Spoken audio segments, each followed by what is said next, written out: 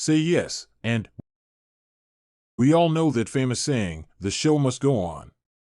Well, here's the rub about that old chestnut. The show never goes on when you say no in any area of life.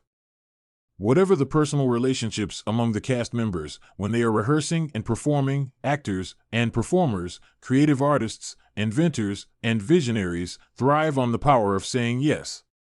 Saying yes, and not only improves the writing and rehearsal process, but it makes meetings more effective, helps persuade your spouse or partner during a difficult conversation, and gives you a new confidence for networking and winning the room.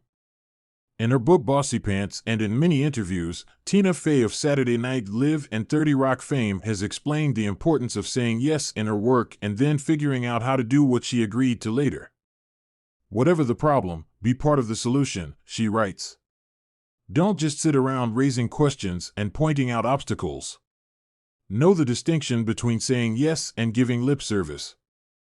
Saying yes is about having the mindfulness to recognize and to respond positively to the content and feeling of another person's thoughts in conversation in real time.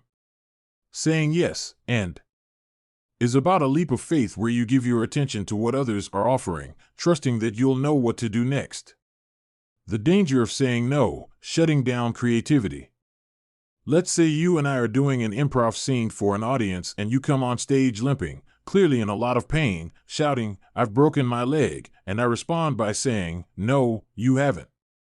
Suddenly, the forward momentum stops. I've shut you down and the scene might not carry on. However, if I responded by saying, "Oh, my goodness, that's terrible. But your hair looks fabulous. Did you do something different with it?" Now we're onto something because I've framed my reaction by saying yes, and you would be able to respond in many different ways, one of which would be, "Really, do you think so? I was at the hair salon and the stylist used so many chemicals that I passed out, fell out of the chair, and that's how I broke my leg." This principle doesn't apply solely to improv as a strategic tactic. Saying yes, and helps us to look at creativity, collaboration, and problem solving as a way to maintain momentum regardless of the negativity or problems that come our way. The danger of saying no, discouraging audience engagement. How does this tactic apply to performance or public speaking? One best-selling author had finished his speech and was taking questions. An audience member asked, "How can I meet the most relevant people at this event?" The speaker didn't like the question because, rightly so, he thinks everybody is relevant.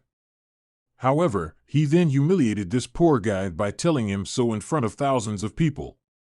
The energy in the room deflated as the audience members suddenly realized that they too could be ridiculed.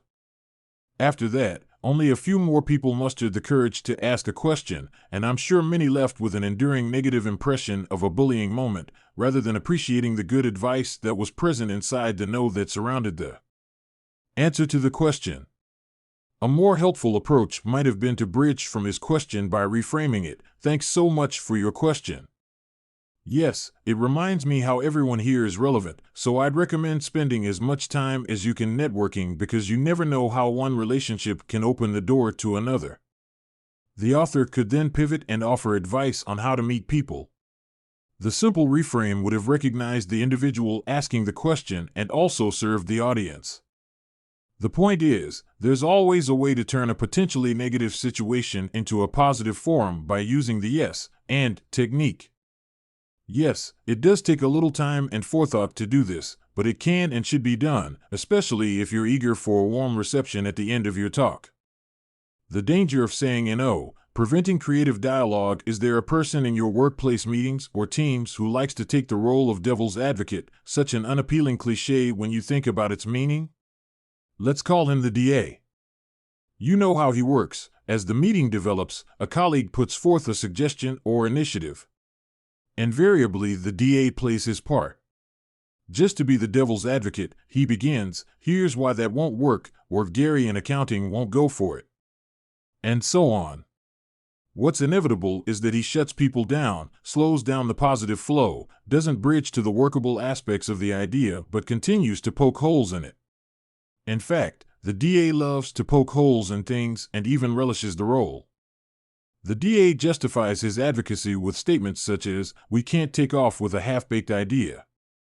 The truth is, just as there are no fully baked cakes that don't pass through a half-baked stage, the same applies to ideas. The deeper truth is that your colleague is saying no far too many times. Monitor these kinds of conversations as I have, and you will notice how quickly the overall productive and collaborative discussion will die off as the meeting leader moves on to the next routine topic. The DA has, in effect, killed off creativity and shut down dialogue. If by any chance you've played the DA or can influence someone who does, consider this if you want a more prominent role in meetings and want to become a shareholder of more successful ideas. When a peer at the table makes a suggestion and the DA interrupts and sees issues with it, redirect the energy of the room. Realize that being the party of no hurts the DA and the people around her. Shift the discussion by using the yes and tactic, and you'll begin gaining allies and collaborators. Saying no happens often, and you don't want it to happen to you. Talented people who say no to the spotlight tend to stay in the background, behind the computer screen. The more they say no, the more comfortable they become with the status quo, and the more they are upstaged, allowing people to steal the show from them.